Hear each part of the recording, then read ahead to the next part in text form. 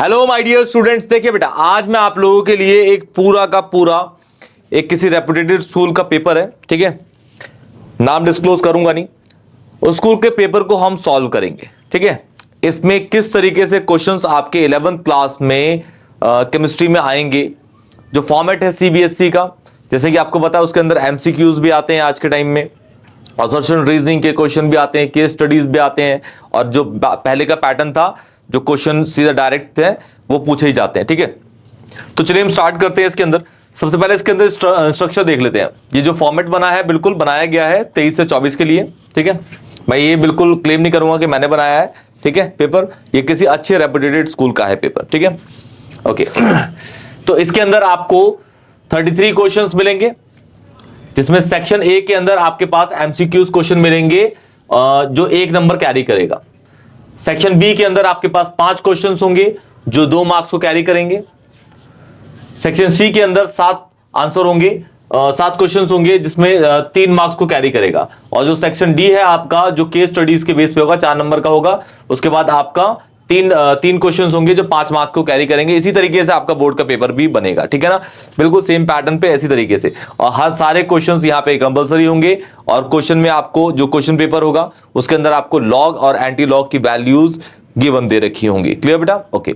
और कैलकुलेटर आप यूज नहीं करोगे, लॉग टेबल को भी यूज नहीं कराते आज के टाइम में। हमारे टाइम में लॉग टेबल देते थे कि भाई आप जो भी वैल्यू आ रही है आपकी लॉग की, उसको आप लॉग टेबल में देख के वैल्यू डाल के आंसर को निकालिए। यहाँ पे आज के टाइम में वो सिस्टम खत्म कर दिया गया है, ठीक है। तो चलिए हम स्टार्ट करते हैं पेपर को। सेक्शन ए है आपका। सेक्शन ए के अंदर आपका लिखा हुआ है the following questions are multiple choice MCQs हैं, ठीक है। अच्छा, सारे के सारे 1 मार्क को कैरी करेंगे। पहला क्वेश्चन है आपका, intermolecular hydrogen bond is present in किसके अंदर। सबसे पहले आपको पता होना चाहिए इंट्रामॉलिक्यूलर हाइड्रोजन बॉन्ड होते क्या है, ठीक है। बेसिकली ये हाइड्रोजन बॉन्ड का ही पार्ट है। जो एक ही मॉलिक्यूल होता है, एक ही मॉलिक्यूल के अंदर हाइड्रोजन बॉन्ड हो जाता है, तो उसे बोलते हैं इंट्रा। और इंटर क्या होते हैं, ये मॉलिक्यूल अलग होगा, ये मॉलिक्यूल अलग होगा, इन दोनों के बीच में होगा, तो उसे बोलते हैं हम क्या, इंटरमॉलिक्यूलर। तो इसके अंदर सबसे पहले देख लेते हैं इनके स्ट्रक्चर बना के। सारे क्वेश्चंस मैं सॉल्व नहीं करूंगा बेटा, कुछ क्वेश्चंस आपको भी करने पड़ेंगे यहां पे, ठीक है। चलिए, वाटर का तो आपको पता ही है। वाटर जो होता है आपका H2O होता है, ठीक है। वाटर तो करेगा नहीं, क्योंकि वाटर दूसरे मॉलिक्यूल से जाके H बॉन्डिंग करता है। यह है आपका ओ नाइट्रोफिनॉल। ओ नाइट्रोफिनॉल अगर आपने हाइड्रोजन बॉन्ड पढ़ा होगा चैप्टर 4 के लास्ट टॉपिक है आपका हाइड्रोजन बॉन्ड, तो उसके अंदर ये वाला एग्जांपल दे रखा है जो आपका इंट्रामॉलिक्यूलर हाइड्रोजन फॉर्म करता है। सबसे पहले इसका स्ट्रक्चर बनाते हैं, O और H, फिर ये बेंजीन, और फिर इसके रिगार्डिंग ये वाली पोजीशन है नाइट्रो। तो नाइट्रो कुछ इस तरीके से होता है, ठीक है, ओके। यहां आपका पार्शियल पॉजिटिव आता है, यहां आपका पार्शियल नेगेटिव आता है। O और N में किसकी इलेक्ट्रोनेगेटिविटी ज्यादा होती है, N की ज्यादा, O की ज्यादा होती है। तो यहां पे पार्शियल नेगेटिव, यहां पार्शियल पॉजिटिव आ जाएगा। ये वाला पॉजिटिव इस वाले के साथ जो बॉन्ड बनाएगा उसे बोलेंगे हम इंट्रामॉलिक्यूलर। क्या बोलेंगे, इंट्रामॉलिक्यूलर H बॉन्ड, ठीक है, H bond, intramolecular hydrogen bond. तो इसका जो आंसर होगा वो बिन देखे आप बता सकते हैं, यही होगा, ठीक है। पैरा जो होगा, आप बोलेंगे सर पैरा में भी तो ऐसा हो सकता है, तो पैरा का हम स्ट्रक्चर बनाए अगर हम यहां पे, तो पैरा ऐसा दिखेगा आपको, OH, नाइट्रो जो है इसके अकॉर्डिंग ये वाली पोजीशन नाइट्रो की होगी। तो ये वाला और ये वाला बहुत दूर दूर है इनके बीच में, तो हाइड्रोजन बॉन्ड पॉसिबल नहीं होगा। ये जो NO2 है वो दूसरे मॉलिक्यूल से बनाएगा, ये जो OH है वो दूसरे मॉलिक्यूल से बनाएगा। और यहाँ पे ये और NO2 जो है बिल्कुल पास पास में है, तो इसके बीच में जो हाइड्रोजन बॉन्ड हो गया उसे बोलते हैं हम आपका इंट्रामॉलिक्यूलर हाइड्रोजन बॉन्ड। आंसर है इसका बी। Clear, okay. तो अब हम बढ़ते हैं, हमारा क्वेश्चन है Which among the following has the highest dipole moment? तो हाईएस्ट डाइपोल मोमेंट आपको पता है कि डाइपोल मोमेंट जो होता है आपका, डाइपोल मोमेंट आपका डिपेंड ही करता है, डाइपोल मोमेंट पूरा का पूरा आपका डिपेंड करता है इलेक्ट्रोनेगेटिविटी। मतलब आप अगर फॉर्मूला देखना चाहें तो डाइपोल मोमेंट का Q इंटू R होता है, और Q किस पे आता है, जिसकी इलेक्ट्रोनेगेटिविटी ज्यादा होती है। तो सेंट्रल एलिमेंट देखिए भाई किसका सबसे ज्यादा इलेक्ट्रोनेगेटिव है, तो इसका नाइट्रोजन है, ठीक है, इसका ऑक्सीजन है, इसमें तो H और I दोनों हो सकता है, इसमें सल्फर। तो आपको पता है कि भाई सबसे ज्यादा इलेक्ट्रोनेगेटिव एलिमेंट फ्लोरीन होता है, उससे कम होता है आपका नाइट्रोजन, उससे ऑक्सीजन, उससे कम होता है नाइट्रोजन, उससे कम होता है आपका क्लोरीन, फिर ब्रोमीन, फिर आयोडीन। तो मतलब इन दोनों के रिस्पेक्ट में, क्योंकि I और S तो आपका कहीं पे आएगा ही नहीं, और I जो है वो आपका 6th पोजीशन पे है, O जो है आपका 2nd पोजीशन पे है, तो आंसर होगा आपका वाटर। वाटर का सबसे ज्यादा डाइपोल होगा यहां पे। क्लियर बेटा? उसके बाद आपका क्वेश्चन है what is the mass percentage of oxygen in carbon dioxide. ठीक है, कार्बन डाइऑक्साइड। तो यहां पे इसको सॉल्व कर लेते हैं। CO2 जो है आपका CO2 का मास देखेंगे तो कार्बन आपका 12 हो गया, और ये ट्वाइस ऑफ 16 इज 44 ग्राम्स हो गया। ठीक है, CO2 का। लेकिन CO2 के अंदर आपके ऑक्सीजन है कितने? 2 है, 2 ऑक्सीजन है इसके अंदर। तो आपका जो मास है ऑक्सीजन का वो हो गया 32 ग्राम्स। ठीक है, CO2 के अंदर जो O2 है, मतलब O कितने हैं? 2 है ना, तो 2 O का मास है आपका 32। तो इसका हम परसेंटेज निकालेंगे तो हमारा ऑब्वियस है कि भाई 44 है वो आधे से ज्यादा है, तो आधे से ज्यादा कौन सी वैल्यू है? ये नहीं है, ये नहीं है, ये नहीं है, वो आपका यही हो जाएगा। वैसे परसेंटेज आपको निकालनी आती ही होगी। क्लियर बेटा? तो इस तरीके से आप कर सकते हैं, क्योंकि देख लीजिए ना 44 का आधा कितना होगा? 22, और 22 से ज्यादा इसका मास है। ठीक है, इसका मतलब जो परसेंटेज है हाफ से ज्यादा वाला होगा।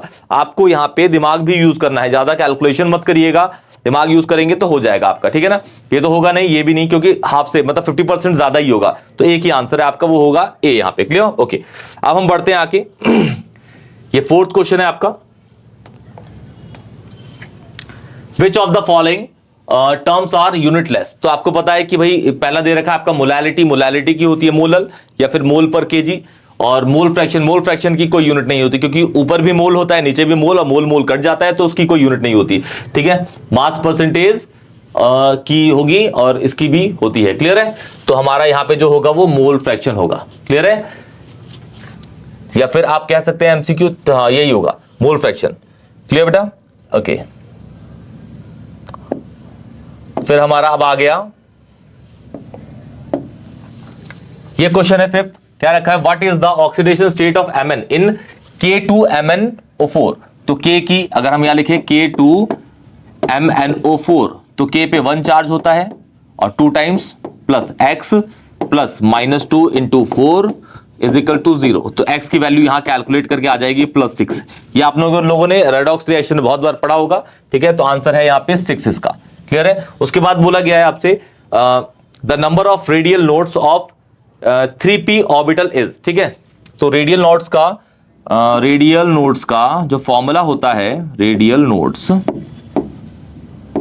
का जो फॉर्मूला है, नोड्स का जो फॉर्मूला होता है वो होता है n - l - 1। ठीक है, ये होता है। तो इसकी n की वैल्यू कितनी है? n की वैल्यू इसके लिए है 3।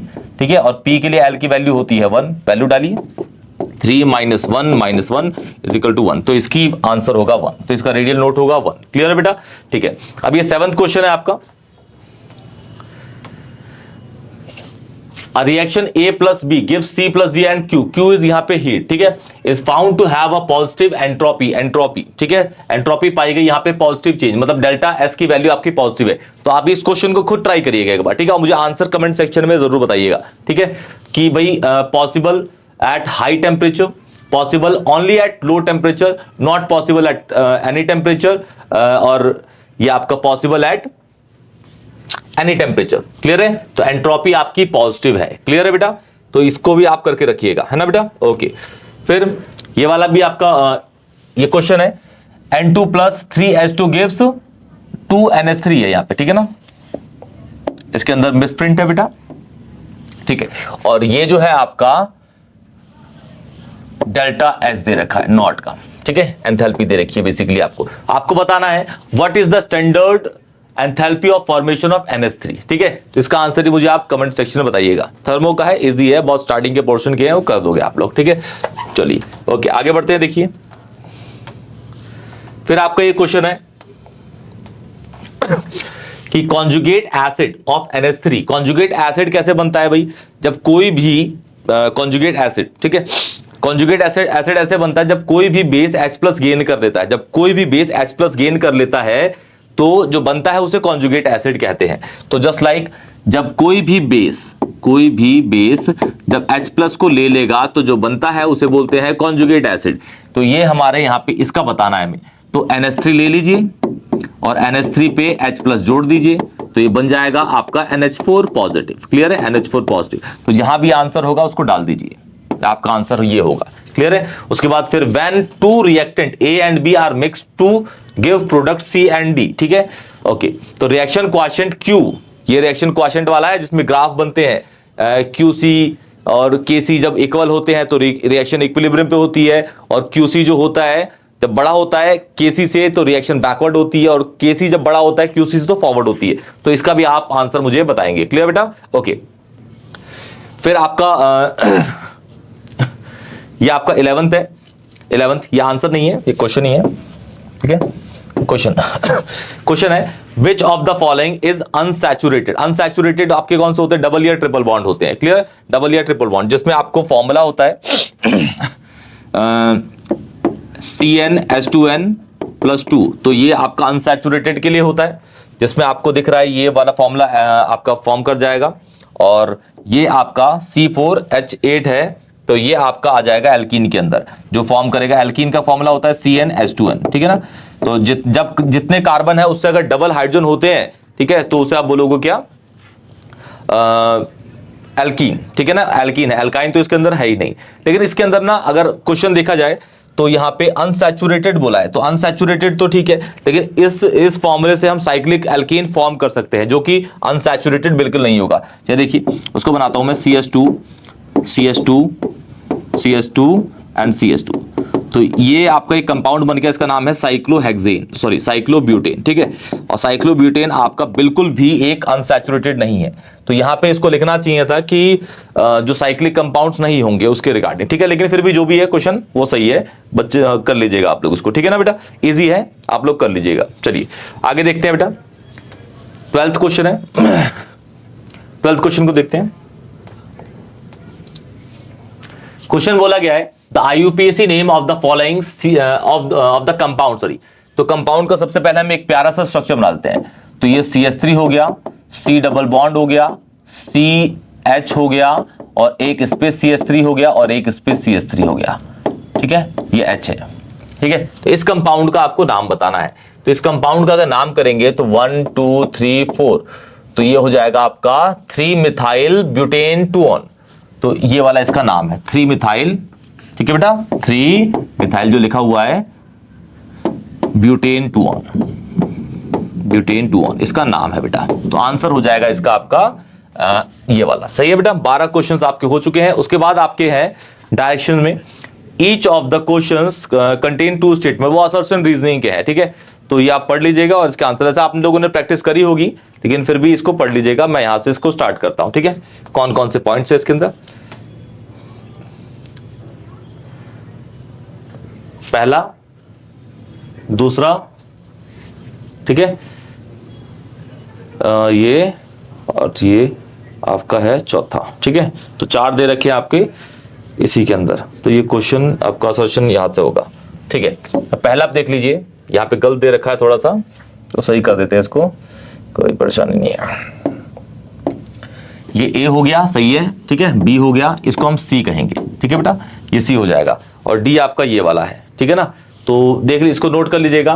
पहली स्टेटमेंट क्या है कि भाई असर्शन जो है और रीजन दोनों के दोनों सही होंगे, और जो रीजन होगा वो असर्शन का बिल्कुल अच्छा खासा एक्सप्लेनेशन होगा। ठीक है, जो भी मतलब असर्शन इज लाइक एक स्टेटमेंट है, और रीजन उस स्टेटमेंट का क्या वो सही एक्सप्लेनेशन है। ठीक है, तो पहला वाला वो होगा। दूसरे वाला क्या है कि भाई बोथ असर्शन एंड रीजन दोनों सही हैं। ठीक है, बट रीजन जो है वो बिल्कुल एप्रोप्रिएट या करेक्ट एक्सप्लेनेशन नहीं है किसके? असर्शन की।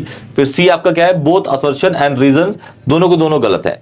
फिर अच्छा 3 ही दे रखी है इसके अंदर, 3 ही दे रखी है। चलिए कोई बात नहीं, तो 3 के रिगार्डिंग करते हैं हम। ओके हाँ तो 13 का जो पहला आपका असर्शन है, इन एरोमेटिक इलेक्ट्रोफिलिक सब्स्टिट्यूशन रिएक्शन, जैसे कि आपको पता है इलेक्ट्रोफिलिक सब्स्टिट्यूशन रिएक्शन कौन कौन सी है आपकी? एक है halogenation, nitration, sulphonation, Friedel Crafts alkylation, Friedel Crafts acylation. ठीक है ना, in aromatic electrophilic substitution reaction toluene would have higher electron density than benzene. तो पहले देख लेते हैं इसको बना के। ठीक है, तो बेंजीन आपका इस तरीके से होता है बेटा, बेंजीन, और टोलुइन इज बेंजीन के ऊपर CH3। Toluene is what? Benzene के ऊपर CH3। बोला गया in aromatic electrophilic substitution toluene would have higher electron density than benzene. तो जो आपका टोलुइन का CH3 है वो एक इलेक्ट्रॉन डोनेटिंग ग्रुप है, ठीक है, डोनेटिंग ग्रुप है तो इलेक्ट्रॉन डोनेट करेगा तो बेंजीन पे इलेक्ट्रॉन डेंसिटी आ जाएगी। तो बिल्कुल सही है, यहाँ पे लिखा हुआ है, तो असर्शन बिल्कुल सही है क्योंकि वो इलेक्ट्रॉन डोनेट करेगा तो बेंजीन पे आ जाएगा इलेक्ट्रॉन का चार्ज, ठीक है। फिर बोला गया methyl group has the electron releasing मतलब डोनेटिंग, हाँ बिल्कुल इंडक्टिव इफेक्ट। तो इसका ए और आंसर असर्शन भी सही है, रीजन भी सही है, और जो रीजन है वो ए का बिल्कुल अच्छा खासा एक्सप्लेनेशन है बेटा यहाँ पे, क्लियर है। ओके, फिर 14 पे आते हैं आपका। 14 में आपको बोला गया है कि भाई ये कंपाउंड है और ये is more stable then this, ठीक है। तो सी ये कार्बोकेटाइन है, सेकेंडरी है, और सेकेंडरी के दोनों साइड में बेंजीन है। बेंजीन है तो दोनों साइड से रेजोनेंस को लेके आएगा, रेजोनेंस को लेके आएगा तो ये ज्यादा स्टेबल होगा एज कंपेयर टू इसमें, क्योंकि इसके अंदर अगर आप देखेंगे ध्यान से, यहां भी ये बेंजीन है, यहां भी ये बेंजीन है, इसमें बस एक ही बेंजीन है, तो इसमें भी रेजोनेंस होगा, इसमें भी रेजोनेंस होगा, इसमें बस एक ही रेजोनेंस, इसमें रेजोनेंस नहीं होगा। तो जिसमें ज्यादा रेजोनेंस होता है ऑब्वियसली उसमें ज्यादा स्टेबिलिटी होगी, ठीक है। तो रीजन देखते हैं, बिकॉज इसके अंदर हैज मोर रेजोनेटिंग स्ट्रक्चर, बिल्कुल, तो इसके अंदर ज्यादा रेजोनेटिंग स्ट्रक्चर है, तो इसके अंदर ए और आर दोनों सही है, और आर जो है वो ए की बिल्कुल अच्छी खासी एक्सप्लेनेशन है, ठीक है। ओके, उसके बाद बोला गया है आपका 15th है the reactivity of alkyl halides in the order of RI, RBr, RCl, ठीक है, ये 3 दे रखे हैं, ठीक है। रिएक्टिव, तो रिएक्टिविटी को पहले चेक कर लेते हैं। आर यहाँ पे कार्बन की चेन है, ठीक है, आर यहाँ पे बेटा है कार्बन की चेन, तो आर इज कार्बन, तो कार्बन और पहला है आई के बीच में बॉन्ड है, दूसरा कार्बन और Br के बीच में बॉन्ड है, फिर कार्बन और Cl के बीच में बॉन्ड है।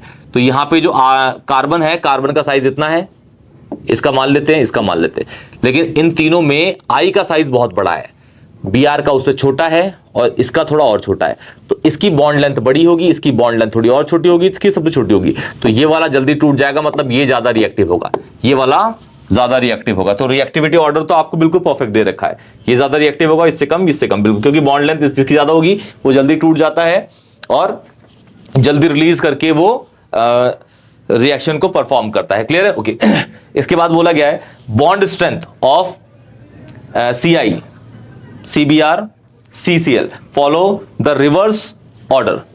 तो बॉन्ड स्ट्रेंथ बिल्कुल सही है, जितना रिएक्टिव होगा रिएक्टिविटी ऐसे बढ़ेगी, ठीक है, तो बॉन्ड स्ट्रेंथ ऐसे बढ़ेगा। इसका बॉन्ड लेंथ छोटा है तो ये ज्यादा का, इसका बॉन्ड स्ट्रेंथ अच्छा खासा होगा, मतलब अच्छा खासा मतलब ये ज्यादा देर तक टिकेगा, ठीक है ना। तो बिल्कुल दोनों के दोनों सही हैं, ये भी सही है, ये भी सही है, और परफेक्ट उसकी एक्सप्लेनेशन है, क्लियर। ओके, उसके बाद हम आते हैं असर्शन की इस वाले पे। बोला गया है the CC distance in C2H4, मतलब ये है आपका CH 1 2 3 CH, ठीक है, is shorter than CH2 double bond CH2। तो भाई आपको पता है अगर बॉन्ड ऑर्डर बढ़ता है तो बॉन्ड लेंथ घट जाती है, तो इसका बॉन्ड लेंथ बड़ा होगा, इसका छोटा होगा, ठीक है। इसलिए असर्शन तो बिल्कुल सही है। फिर बोला गया the 2 atoms are held together by 1 strong sigma bond and 2 weak pi bonds, हाँ बिल्कुल सही है, ठीक है। तो ये दोनों के दोनों, इसमें सब कुछ सही है बेटा, सारी एक्सप्लेनेशन भी सही है, क्लियर। उसके बाद आप आते हैं इन कंपाउंड्स पे, आप देखिए सेक्शन बी पे। सेक्शन बी में 5 क्वेश्चंस है और ये 2-2 मार्क्स को कैरी करेंगे, क्लियर है। तो हमने 16 क्वेश्चंस कर लिए इसके। अब आते हैं हम 17 पे। क्वेश्चन है, question is like discuss the shape of the following molecule using VSEPR theory. तो हमें यहां पे इसको शेप बतानी है, इसकी ज्योमेट्री नहीं, शेप जो बिन लोन पेयर के उसकी होगी, ठीक है ना। तो यहाँ पे AS जो है आपका वो नाइट्रोजन वाले ग्रुप में होता है, तो नाइट्रोजन के आउटर मोस्ट शेल में 5 इलेक्ट्रॉन होते हैं, तो सेम इसके भी आर्सेनिक के भी आउटर मोस्ट शेल में 5 इलेक्ट्रॉन होंगे, ठीक है। तो 5 इलेक्ट्रॉन है इसके आउटर मोस्ट शेल में, बॉन्ड कितने बना रहा है, 3 बना रहा है, क्योंकि 3 हाइड्रोजन इस पे ऐड हो रखे हैं, ठीक है। तो बचे कितने इस पे, 2 इलेक्ट्रॉन बचे, तो 1 लोन पेयर होगा इस पे। तो ये हो जाएगा आपका कुछ ऐसा, AS एक H, दूसरा H और ये तीसरा H, ठीक है, और 1 लोन पेयर। तो इसकी जो ज्योमेट्री तो इसकी होगी टेट्राहेड्रल, और हाइब्रिडेशन इसकी sp3 हो जाएगी, जो कि हमें बतानी नहीं है, लेकिन जो शेप होगी वो उसकी होगी ट्रायगोनल पिरामिडल, ट्रायगोनल पिरामिडल। ठीक है, ये पिरामिडल। इसकी देखिए बेटा, ज़ेनन एक तरह का नोबल गैस है, सेंट्रल एलिमेंट को देखना है।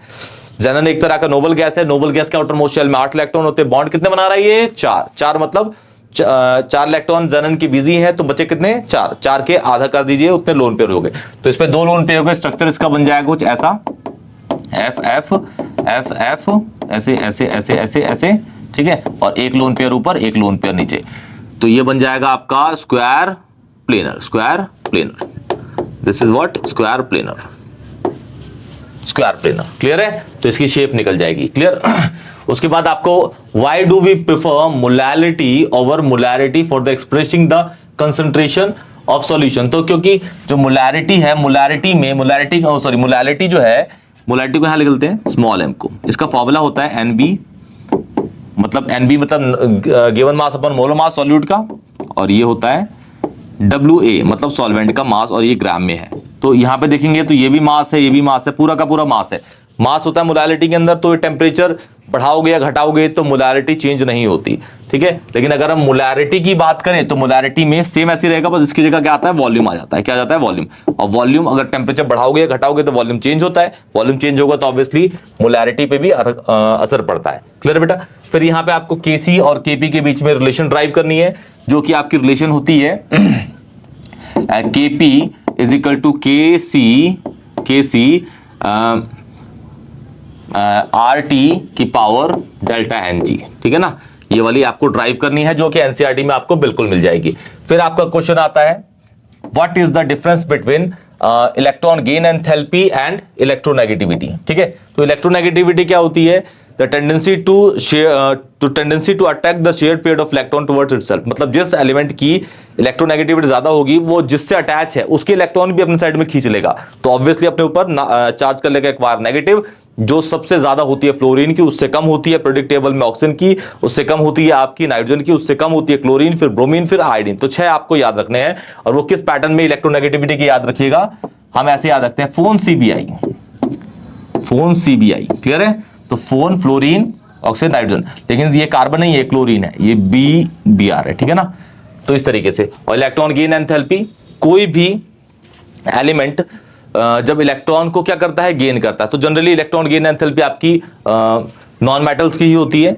और जब कोई भी नॉन मेटल अगर पहला इलेक्ट्रॉन लेता है तो उस टाइम एनर्जी उसकी रिलीज होती है, एक्सोथर्मिक प्रोसेस होता है। लेकिन जब वो दूसरा इलेक्ट्रॉन लेता है, अगर पॉसिबिलिटी है लेने की, तो अगर वो स्टेबल नहीं बना है अभी, ठीक है, तभी वो दूसरा इलेक्ट्रॉन लेगा, तो उस टाइम आपको क्या करना पड़ता है? एनर्जी देनी पड़ती है बाहर से। मतलब पहली जो है वो जब वो इलेक्ट्रॉन लेगा कोई भी एलिमेंट, तो एक्सोथर्मिक, दूसरा इलेक्ट्रॉन लेगा तो एंडोथर्मिक, तीसरा लेगा तो और एंडोथर्मिक, चौथा लेगा तो और एंडोथर्मिक होता है। तो मतलब पहला बस एक्सो होगा, बाकी के जितने भी होंगे वो सारे के सारे एंडोथर्मिक होंगे। और जितने इलेक्ट्रॉन लेता रहेगा जब वो स्टेबल बन जाए, ठीक है, वो तो डिपेंड करता है कि वो कितने इलेक्ट्रॉन लेके स्टेबल बन सकता है। फिर यहाँ पे आप सेकंड लॉ ऑफ थर्मोडायनेमिक्स को बता ही देंगे। क्लियर है? उसके बाद यहाँ पे आइसोथर्मल और आइसोबैरिक के बारे में आप बता ही देंगे। इसके में टेम्परेचर कांस्टेंट होता है, इसमें आपका प्रेशर कांस्टेंट होता है। क्लियर बेटा? तो ये आपके यहाँ पे सेक्शन बी पूरा का पूरा कंप्लीट हो गया। ये देखिए बेटा, ये है आपका सेक्शन सी, जिसके अंदर अब आपको 7 क्वेश्चंस मिलेंगे और इसके अंदर आपको इंटरनल चॉइस मिलेंगी, ठीक है ना।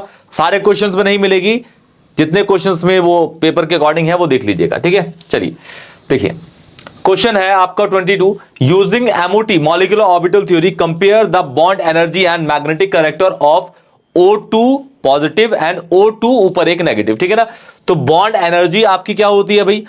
जिस बॉन्ड के अंदर, जिस मॉलिक्यूल के अंदर आपके ज्यादा नंबर ऑफ बॉन्ड होंगे, मतलब बॉन्ड ऑर्डर ज्यादा होगा, उसकी बॉन्ड एनर्जी ज्यादा होगी। जिसके अंदर बॉन्ड ऑर्डर कम होगा, उसकी बॉन्ड एनर्जी कम होगी। और मैग्नेटिक बिहेवियर आप अनपेयर्ड इलेक्ट्रॉन से पहचान सकते हैं। अगर किसी के पास अगर अनपेयर्ड इलेक्ट्रॉन है, ठीक है, तो वो पैरा होगा, जिसपे नहीं है वो डाया होगा। क्लियर? तो इसके आप MOT स्ट्रक्चर बना सकते हैं। सबसे पहले कैसे बनता है भाई, देख लीजिए। ये सिग्मा 1s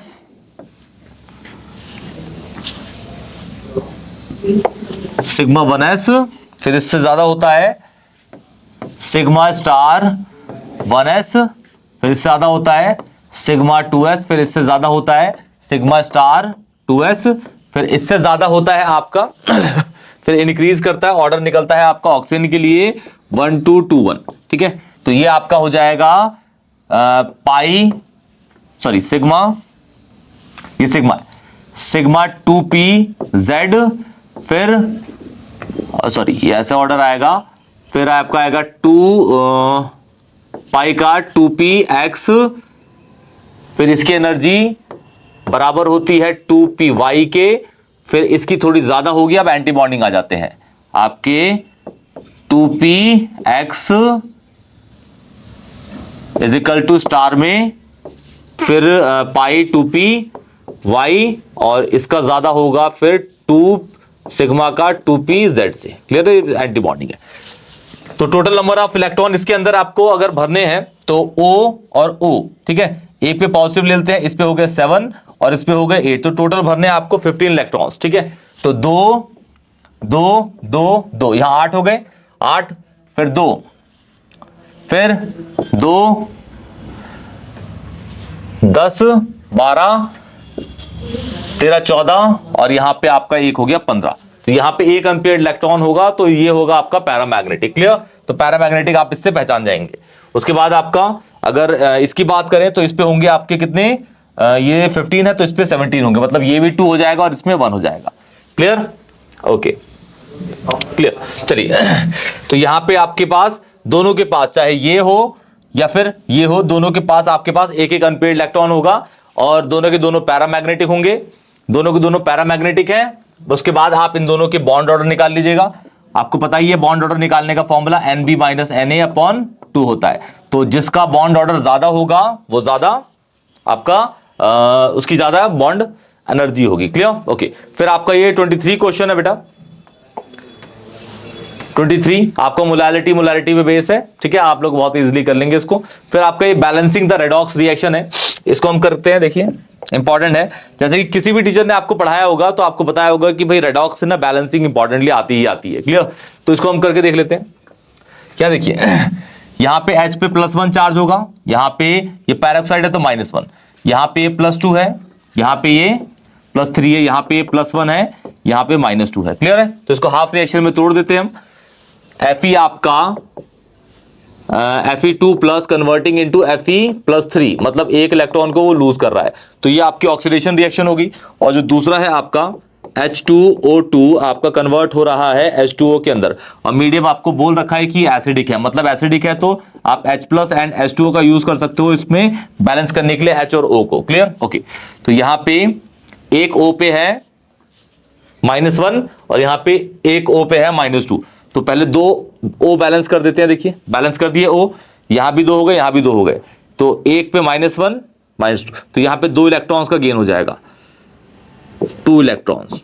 क्लियर, फिर यहां पे O बैलेंस हो गया, बचे H, यहां पे 4 हैं, यहां 2 हैं, तो यहां पे 2H+ को ऐड कर दीजिएगा, ठीक है, और यहां पे 2 से मल्टीप्लाई कर दीजिएगा, इलेक्ट्रॉन इलेक्ट्रॉन कट गए, बाकी इक्वेशन जो होगी आपकी बैलेंस हो जाएगी। Clear, okay. तो ये 24 हो जाएगा। इसके बाद आपका है state Heisenberg uncertainty principle with mathematical equation. तो हाइजेनबर्ग की स्टेटमेंट आपको पता ही है कि भाई किसी भी माइक्रोस्कोपिक पार्टिकल की आप एग्जैक्ट उसकी वेलोसिटी और उसकी पोजीशन को कभी भी कैलकुलेट नहीं कर सकते, किसी भी माइक्रोस्कोपिक पार्टिकल। लेकिन आपको न्यूमेरिकल में कोई भी पार्टिकल दे देगा, मैक्रो या माइक्रो कुछ भी दे देगा। एनसीईआरटी के अंदर ऐसे क्वेश्चंस भी हैं, जैसे ये क्वेश्चन आपको दे रखा है, ठीक है, तो यहां हम सॉल्व कर देते हैं इसको नोट कर लीजिएगा बेटा। Clear, okay. ये 25 है। हाँ, तो इसकी स्टेटमेंट, इसका फॉर्मूला भी लिख देते हैं। फॉर्मूला होता है डेल्टा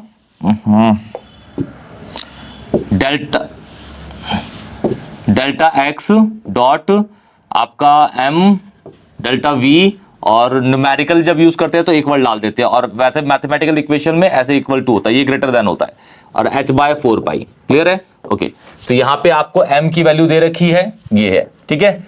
आपको स्पीड दे रखा है 25 मीटर पर सेकेंड, 45 मीटर पर सेकेंड, लेकिन इसकी एक्यूरेसी 2% है, तो ये आपको v डेल्टा v नहीं दे रखा, v दे रखा है, v आपका ये है। तो इसको डेल्टा v अगर बनाना है तो 2% एक्यूरेसी से, तो इसका 2% निकाल दीजिए, तो 45 × 2/100, तो वैल्यू आ जाएगी डेल्टा v की 0.9, ठीक है, यहां पे डाल दीजिएगा, ठीक है। और आपको निकालना है अनसर्टेनिटी x, ये निकालना है। और h की वैल्यू आपको पता ही होती है 6.626 10 की पावर -34 होती है। डाल के आप आंसर इसका निकाल सकते हैं। क्लियर है? पाई की तो वैल्यू आपको पता है। फिर 26 क्वेश्चन है आपका, explain common ion effect with example. Common ion effect आपको पता ही होगा क्या होता है। जैसे कोई भी रिएक्शन है, जैसे सपोज हम कहते हैं कि भाई मेरे पास A + B है, ठीक है, और ये रिएक्शन चल रही है आपकी इक्विलिब्रियम में जो C+D बना रही है। अब ऊपर से मैं क्या डालता हूं, मेरे पास रिएक्टेंट साइड में A है, फिर से मैं A डाल देता हूं ऊपर से, बाहर से, तो दोनों में कॉमन आयन क्या हो गया, मतलब ये भी पॉजिटिव है, ये पॉजिटिव, कॉमन आयन है बेसिकली। तो A की कॉन्सेंट्रेशन बढ़ गई। A की कॉन्सेंट्रेशन अगर बढ़ेगी तो किस साइड की कॉन्सेंट्रेशन बढ़ गई, रिएक्टेंट साइड की कॉन्सेंट्रेशन बढ़ गई। तो जो आपका बीच में Kc था, जब रिएक्शन इक्विलिब्रियम में थी, तो वो आप डिस्टर्ब होके Kc को कहां शिफ्ट कर देगा, फॉरवर्डली। तो ये आपका कॉमन आयन इफेक्ट है। मतलब किसी भी इक्विलिब्रियम रिएक्शन में आप रिएक्टेंट या प्रोडक्ट साइड में एक कॉमन आयन इफेक्ट डालते हो तो उसके अकॉर्डिंग लीचेट लेयर प्रिंसिपल वहां पे लगता है और रिएक्शन को वो फिर काउंटर एक्ट करता है। क्लियर? उसके बाद यहां पे आपको ये इक्विलिब्रियम कांस्टेंट दे रखा है एक रिएक्शन का। फिर बोला गया है what will be the equilibrium constant for the reverse reaction. तो रिएक्शन वही है, उसकी रिवर्स रिएक्शन का निकालना है। तो सपोज मैं कहता हूं कि ये एक रिएक्शन है, ए से आपकी बी बन रही है, ठीक है, और ये इक्विलिब्रियम है और इसकी के की वैल्यू है 4, ठीक है। अब मैं इस रिएक्शन को बी ऐसे लिख देता हूं, तो इसके लिए जो के निकलेगा वो डैश क्या देता हूं, और वो 1/k होगा, मतलब 1/4 रेसिप्रोकल हो जाता है बेसिकली। तो 1/4 = 0.25 हो जाएगा। फिर बोला गया what is acidic buffer with explain with example. तो एसिडिक बफर क्या होते हैं, एसिडिक बफर जब बनते हैं जब कोई भी वीक एसिड मिलाया जाता है, किसके साथ, उसी वीक एसिड के सॉल्ट के साथ जो बना है स्ट्रॉन्ग बेस से, ठीक है। तो ये आपका एसिडिक बफर होता है। जस्ट लाइक मैं सपोज कहता हूं कि भाई मेरे पास ना, एग्जांपल के तौर पे मेरे पास ये वीक एसिड, जब सबको पता है कार्बन का एसिड आपका वीक एसिड होता है, इसको मैं WA डाल लेता हूं, ठीक है, इसको मिलाता हूं, इसी का सॉल्ट बनाना है। अब भाई एसिड का सॉल्ट कब बनेगा, जब उसको बेस से रिएक्ट कराएंगे, लेकिन बेस आपको डालना पड़ेगा स्ट्रॉन्ग। तो मतलब इसके साथ अगर मैं NaOH डाल दूं तो मेरा बन जाएगा सॉल्ट ये, देखिए। तो ये दोनों मिलके आपका बना देंगे एसिडिक बफर। एग्जांपल आपके सामने है। क्लियर है? फिर आपको बोला गया आपको pH की वैल्यू गिवन दे रखी है 4, आपको कॉन्सेंट्रेशन निकालना है H+ की और OH की भी। क्लियर है? तो pH पता है, वो ऑब्वियसली निकल जाएगी। फॉर्मूला सबको पता होगा आपको, pH = -log of H+ होता है, ठीक है। तो pH 4 है, इसको माइनस उधर भेजता हूं और इधर एंटी लॉग कर देता हूं, एंटी लॉग। तो -4 का एंटी लॉग निकाल दीजिए, H+ आ जाएगा आपका, ठीक है। एंटी लॉग आप लोगों को वैल्यूज गिवन दे रखी होगी। और अगर आपका pH अगर 4 है तो pOH कितना होगा, 10 होगा। तो 10 के लिए ऐसे ही निकाल दीजिएगा, log POH = -log of OH negative, ठीक है। ऐसे करके निकाल लीजिएगा आप लोगों ने ऐसे क्वेश्चंस करे होंगे। फिर आप 27 क्वेश्चन है ऑर्गेनिक का, which one is more stable, ठीक है।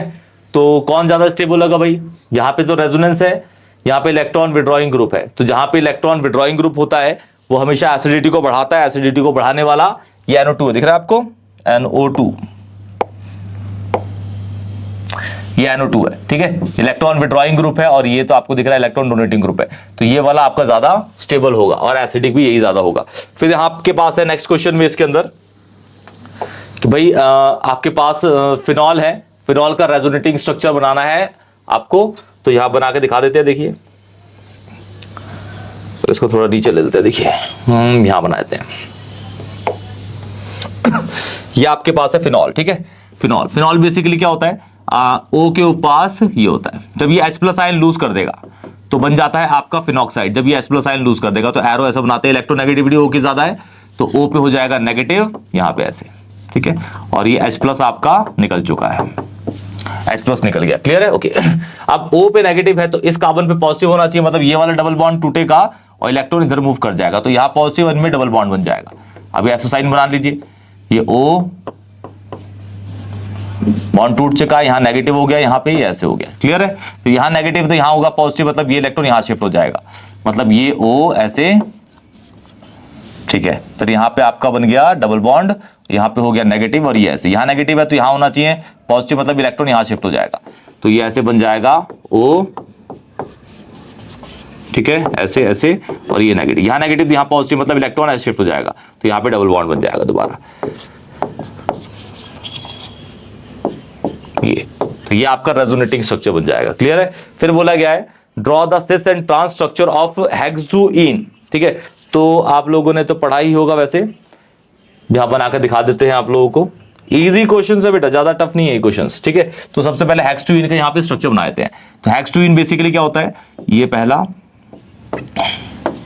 2 कार्बन हो गए, तो एक साइड को लेते हैं हेक्स-2, मतलब एक CH3 ले लेते हैं, ये H ले लेते हैं, और एक साइड ये 3 हो गए, और ये हो गया C3H7 और ये H हो गया। ठीक है, तो इसके अकॉर्डिंग ये हेक्स-2-इन का वैसे स्ट्रक्चर है, और इस प्लेन से ये नीचे वाला सेम है, तो ये सिस हो गया। ठीक है, और अगर मैं इसको यहां भेज दूं और इसको यहां भेज दूं तो ये ट्रांस बन जाएगा, तो ये ऐसे वाला सेम हो जाएगा। ठीक है ना। ओके, तो फिर बीपी ज्यादा किसका होगा, बीपी उसका ज्यादा होगा, इसका डाइपोल मोमेंट ज्यादा होगा। डाइपोल किसका है भाई ज्यादा, डाइपोल हमेशा सिस का ज्यादा होता है, क्योंकि बॉन्ड कटते नहीं है, क्योंकि क्रॉस एंगल में नहीं होते। ठीक है ना। जैसे ये CH3 यहाँ पे है, अगर इस H को मैं यहां लगा दूं तो ये और ये बिल्कुल ऑपोजिट डायरेक्शन में आ जाएंगे। ठीक है, तो डाइपोल कट जाएगा, इसका डाइपोल और इसका डाइपोल कट जाएगा, तो उस पर बॉइलिंग पॉइंट पे ज्यादा नहीं होगा। क्लियर। फिर आपका ये है आपका D जो 29 है। देखिए ये पूरी की पूरी थ्योरी होगी आपकी ऑर्गेनिक कंपाउंड, ये पढ़ लीजिएगा पूरा का पूरा IUPAC के बारे में। बेसिकली आपको क्या है ना कि कंपाउंड्स के बारे में आपको देखना पड़ेगा जनरली इसके अंदर। ठीक है, तो हम यहाँ पढ़ते हैं कंपाउंड्स के। ऑप्शन दे रखा है, क्वेश्चन है पहला कि भाई राइट द IUPAC, इस कंपाउंड का IUPAC बताना है आपको।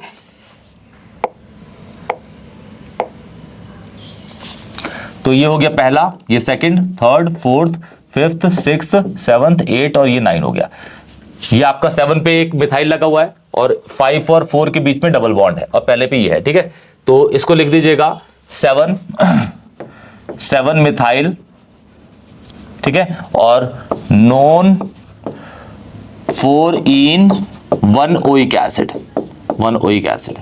ठीक है, तो ये इसका IUPAC नेम होगा। फिर बोला गया है इसके अंदर right the name of the isomer which the following compound के बीच में कौन कौन सा है, तो इसका नाम कर लेते पहले।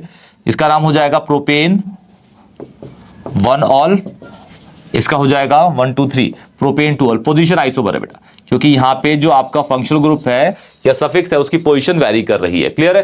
फिर बोला गया है what are electrophiles and nucleophile example के साथ। तो इलेक्ट्रोफाइल्स आपके होते हैं बेटा जो भी इलेक्ट्रॉन डेफिशिएंट कंपाउंड होते हैं, जिसपे जनरली पॉजिटिव चार्ज होता है, वो आपके होते हैं इलेक्ट्रोफाइल, इलेक्ट्रॉन डेफिशिएंट।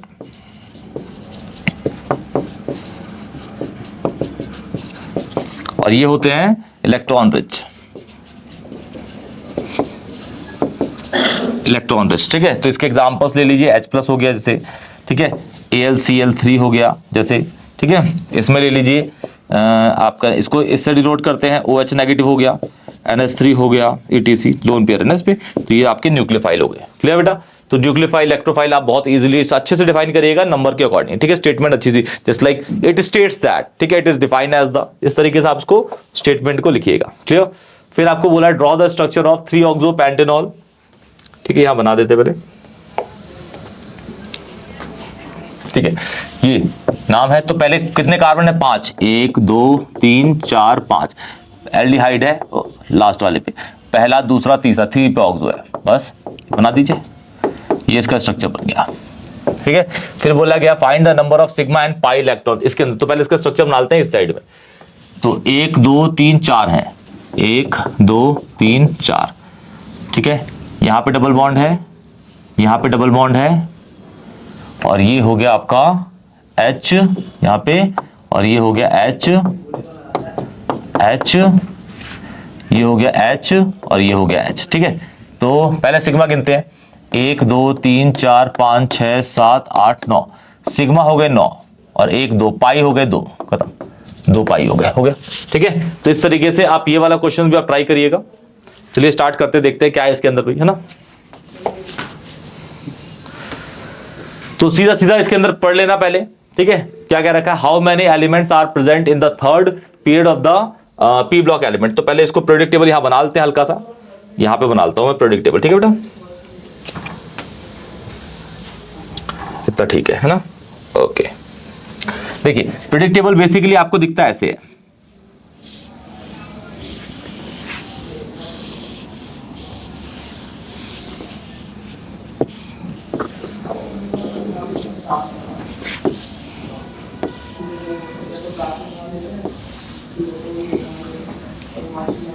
ठीक है, तो पहला, दूसरा, तीसरा, तो ये आपका S होता है, ये आपका P होता है, सॉरी D होता है, और D को ट्रांजिशन कहते हैं, आप सबको पता होगा पहले ही, और ये आपका P होता है। तो इसके अंदर 1 2 3 4 5 6, 1 2 3 4 5 6 होते हैं बेटा। कितने होते हैं? 6 एलिमेंट्स होते हैं इसके अंदर, ठीक है, ये वाले हैं 6, ठीक है, ओके। फिर बोला गया which block of the element transition किसको कहा था? डी ब्लॉक एलिमेंट को। डी ब्लॉक एलिमेंट को ट्रांजिशन कहा जाता है, याद रखिएगा, ठीक है। फिर बोला गया right the atomic number of the element present in the third period, ठीक है, थर्ड पीरियड, ये थर्ड पीरियड है, ठीक है। थर्ड पीरियड में 16th एलिमेंट, ठीक है, तो ये आपका 18 होता है, ये 17th होता है, ये 16 होता है। तो इसके अंदर ये सल्फर हो गया बेटा, सल्फर, ठीक है, सल्फर हो जाएगा। और ये वाला आपका ये आपके 10th क्लास में आप लोगों ने पढ़ा होगा, इसका ट्राई करके आंसर मुझे कमेंट सेक्शन में जरूर बताइएगा। Clear? Okay.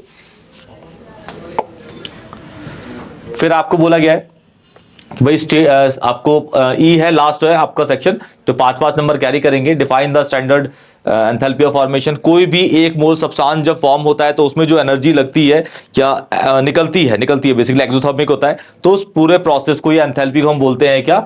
Enthalpy of standard enthalpy of formation. Exam इसका भी आंसर बताइएगा मुझे। अब यहां देखेंगे तो ये हैश लॉ है, ठीक है, हैश लॉ तो बहुत ज्यादा इंपॉर्टेंट है, हैश लॉ को तो करके ही जाइएगा बेटा, इंपॉर्टेंट है, hashes law, hashes law, hash law है बेटा ये, ठीक है। फिर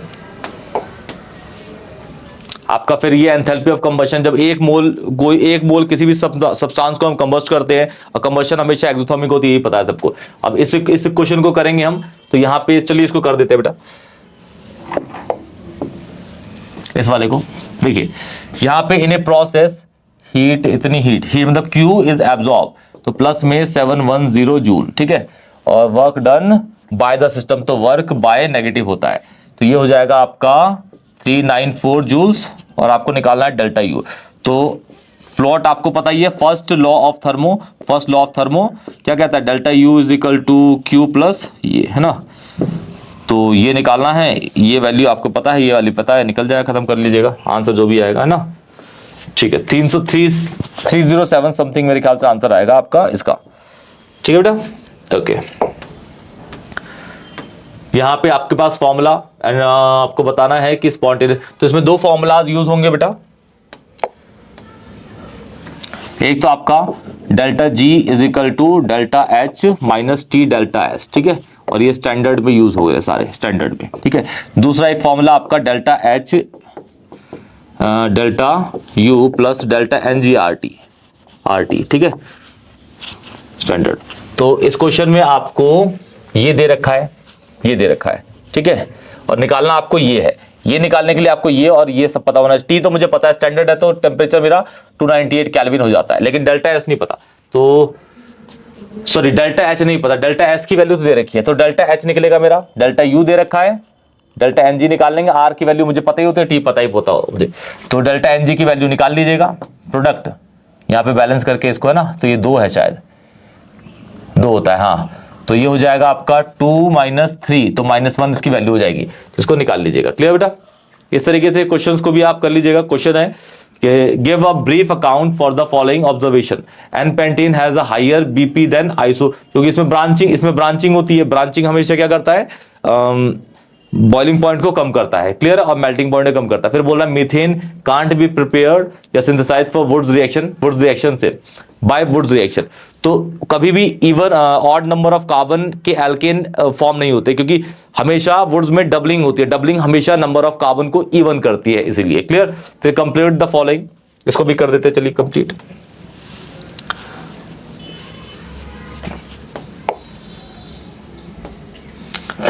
ये तो इसमें आपका बन जाएगा बेंजीन, ठीक है, रिएक्शन करा रखी होगी, ये क्लोरोबेंजीन, ये बन जाएगा आपका MR रूल लग जाएगा यहाँ पे, MR रूल मार्कोनिकॉफ, तो ये बन जाएगा CH3 OH और ये CH3, ठीक है। फिर बोला गया है कि प्रोपेनॉल और पेंटेन 3 ये NCERT का क्वेश्चन है, कर लीजिएगा, NCERT का, ठीक है, ओजोन लिसिस का है। उसके बाद बोला गया है इन दोनों में से आपको 2 करने हैं, तो वुड्स रिएक्शन 3 करने हैं। Wurtz reaction CH3Cl plus CH3Cl anhydrous Al2Na try ether के साथ, तो ये और ये निकल जाएगा Na के साथ, ये दोनों अटैच होते हैं तो एल्केन बन जाएगा 2 कार्बन का। ठीक है, फिर फ्रिडल-क्राफ्ट एसाइलेशन होती है, बेंजीन पे लगा दिया हमने CH3COCl एनहाइड्रस AlCl3, तो ये बन जाएगा आपका एसिटोफिनॉल। क्या बन जाएगा? बेंजीन पे COCH3 एसिटोफिनॉल। फिर हक्कल-सूल आपको स्टेट करना है भाई, एरोमेटिक कंपाउंड्स को प्रेडिक्ट करता है, उसके 4 पॉइंट्स होते हैं, पहला, दूसरा, तीसरा, चौथा, है ना। पहला के साइक्लिक होना चाहिए, दूसरा हर कार्बन पे जो हाइब्रिडेशन होने चाहिए वो आपकी sp2, फिर वो ट्रायगोनल प्लेनर होगा, फिर रेजोनेंस कॉन्जुगेशन होना चाहिए, 4n+π2 इलेक्ट्रॉन्स होने चाहिए, फिर एंटी मार्कोनिक एडिशन भी आप लोग कर लेंगे, बहुत इजी है, बहुत सारे क्वेश्चंस आप लोगों को करवाए हैं। ठीक है, फिर the electronic configuration of balance electron ये है। ठीक है, how is the configuration explain 10। तो ये है आपकी ये, क्योंकि ये स्टेबल बनता है, फुली फिल्ड बन जाता है ना, ये थी वैसे एक मिनट,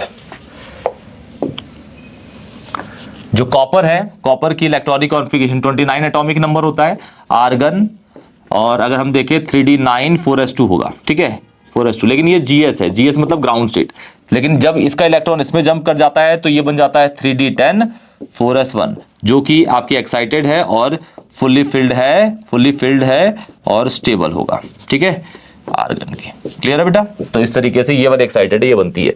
फिर बोला गया है, ये तो बता देंगे आप लोग, ऑर्बिट और ऑर्बिटल के बीच में 2 डिफरेंस। फिर calculate the energy of 1 mole of photon radiation, तो फ्रीक्वेंसी आपको म्यू दे रखी है, ये वाली वैल्यू है। ठीक है, यहाँ दे रखी है वैल्यू, तो एनर्जी निकालनी है, E = 1 मोल के लिए Nhµ। 1 मोल फोटोन दे रखा है 6.022 10⁻23 H, 6.626 इंटू 10⁻34, और म्यू की वैल्यू ये दे रखी, तीनों को मल्टीप्लाई कर दीजिएगा, आपका एनर्जी आ जाएगी। फिर यहाँ पे हाइड्रोजन के लिए ये सारा का सारा आपका एनसीईआरटी का है, आप लोग कर लीजिएगा। क्लियर बेटा, कोई भी डाउट होगा तो प्लीज मुझे कमेंट सेक्शन में जरूर बताइएगा। ठीक है बेटा, ऐसे ही 1-2 सैंपल पेपर मैं और आपको सॉल्व करा दूंगा। ये सैंपल पेपर नहीं है, बेसिकली एक रेपुटेड स्कूल का पेपर है। ठीक है, जिसको मैंने आपके साथ डिस्कस किया है। ठीक है, और कोई भी डाउट होगा तो प्लीज मुझे कमेंट सेक्शन में जरूर बताइएगा। तब तक के लिए टेक केयर।